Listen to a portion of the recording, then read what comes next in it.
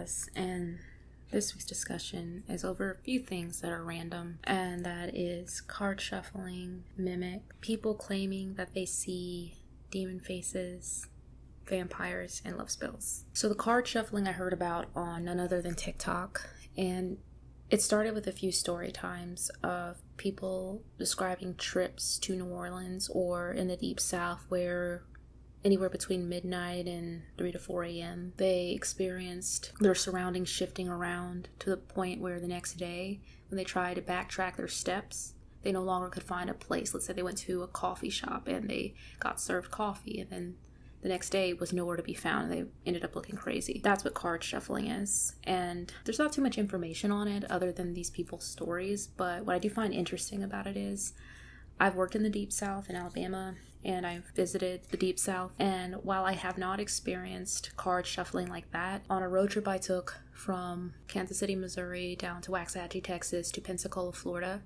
on our way back up, we decided we were going to cut through Mississippi and then southern Missouri and Arkansas. And it felt like we were driving in Mississippi from the morning all the way to nightfall. And Mississippi's not a large state.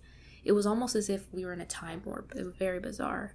It was dark by the time we made it to Arkansas and then the Missouri side, and it shouldn't have taken that long. We were following the directions. I don't know, I don't like driving in the Deep South very much. As far as mimics go, this is another one I heard about from the internet, from story times on TikTok. Mimics are like doppelgangers. They're pretty much beings, entities that look like a person you know that's the living. They may emulate someone's voice that you know, and they may call out to you. There's videos of supposed mimics calling out to people. Easily could be faked, but I know, for me at least, I have seen, I wouldn't say doppelgangers, but something similar to mimics during sleep paralysis, where I saw what looked like a family member when the family member was either not at home because I was the only one in the house, or they were clearly asleep, and whatever I was seeing and then was not them. Of course, sleep paralysis is a hazy thing to say you saw a mimic in because you're paralyzed and you're caught in between dreaming and waking. So in a way, it is kind of like having a vision. But let me know if you have an experience with card shuffling or mimics. The other thing is the phenomenon where people see faces. It's deemed as a syndrome known as PMO, but pretty much people claim that they've come across people and the faces of that person distorted into a demonic face. Now, is this some kind of mental health issue where someone is suffering? Is this someone seeing someone who may be possessed? Are they seeing something that walks among us? I don't know, but there's a few stories on TikTok. They've made their way onto YouTube compilations where they were talking about, like, one lady was saying she was in the grocery store and this man kept following her from aisle to aisle to aisle. And finally, she decided she was going to confront him. And when she went to look into his face, she noticed that his eyes were completely black, and it terrified her. It was at a Kroger's. He left, and then she left her shopping cart there because she was just so flabbergasted. There was also a story a man told of a person falling behind him, and when he looked back, the person's eyes were completely black, no sclera, so the whites of the eyes weren't showing. Now, there are tattoos people can get that make their eyes look completely black, so that is a thing. There are also contacts people can get to make their eyes look like that. It very much mimics the idea of the black-eyed children or black-eyed people that I heard growing up. I find that very fascinating. And then vampires. So I don't know what it is about this explosion of vampires going back to good old New Orleans, but people have been talking about vampires that they came across while visiting New Orleans, and New Orleans is home to vampire lore, especially like Saint Germain. And I did a video in my historical paranormal series a few years back about New Orleans and Saint Germain. I'm not sure what episode it was, but people have claimed that they were vacationing there, visiting there, and they came across an individual who gave very mysterious vampire-like qualities, or even claimed to be a vampire, sometimes an energy vampire. But nevertheless, vampires are making a comeback, apparently, with people telling stories about them. The closest thing I have to a quote-unquote vampire experience is when I was in France, and I was in Paris in particular. I fell asleep, and I had this nightmare/dream where I was with my mom and brother, who I actually was on the trip with. And in the dream, I was in Florida, South Florida, which is where we originally were going to go. But then there was the whole hurricane, and so we decided we would pivot our plans to go to Europe instead. And in the dream, I was driving a rental car, and then suddenly I said in my dream, I'm supposed to be in Rome.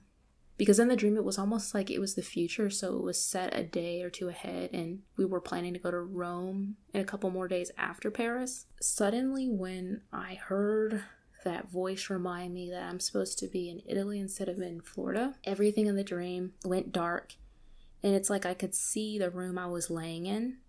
And if you've ever been to Europe and you know the setup of their rooms, sometimes the rooms, they have like smaller beds than we do in America. And so I was on like this small bed, and I remember looking toward the window, and I saw this figure.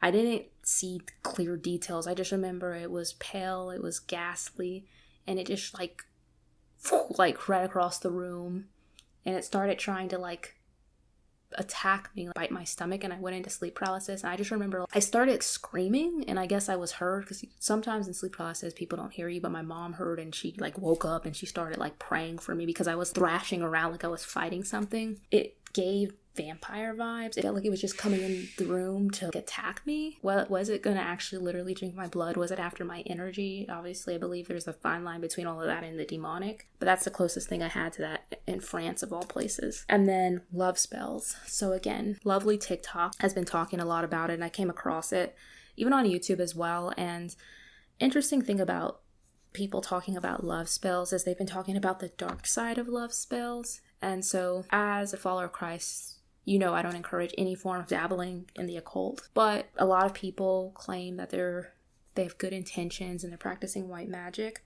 But fascinating enough, a lot of people who are into the occult, they warn people not to practice love spells of all things because they're messing with someone's free will, and that's considered unethical even in their spaces.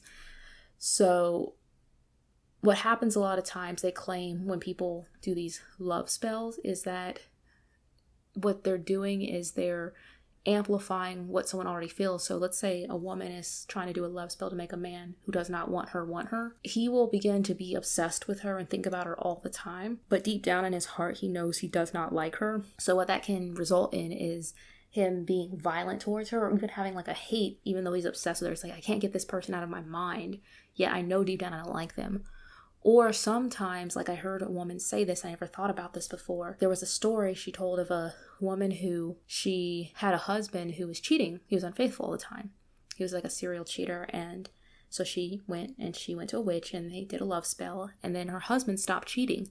What she did not know is that her husband was paying prostitutes, and he would beat them up because he had this thing where he got off on beating up women that he was sexual with. So she ended up getting beaten by her husband when he never beat her before, because he had that secret dark side she didn't know about. And an interesting thing a woman said was that sometimes certain women, I mean, this can go for men as well, but they may not understand that while they're concerned about their guy putting hard eyes and liking women's pictures, he may be using that as an escape for the demons that he has inside of him in his life. And then once someone messes with his free will and they turn all of his attention to them, now he no longer is using that as an outlet, and he's now turning all of his demons in on them. So there are consequences, obviously, to doing love spells. There are consequences to doing any kind of spell, but it's interesting to see as a society, as we have the internet, which is the wild, wild west where anyone can say anything. People sharing their stories of how some of this stuff can backfire and go wrong. But I hope you found this compilation of topics interesting. And let me know if you have any experience with any of these things, from card shuffling, mimics, faces morphing, love spells, vampires. Thank you for tuning in. I hope you have a wonderful rest of your week. Take care. God bless. Until next time.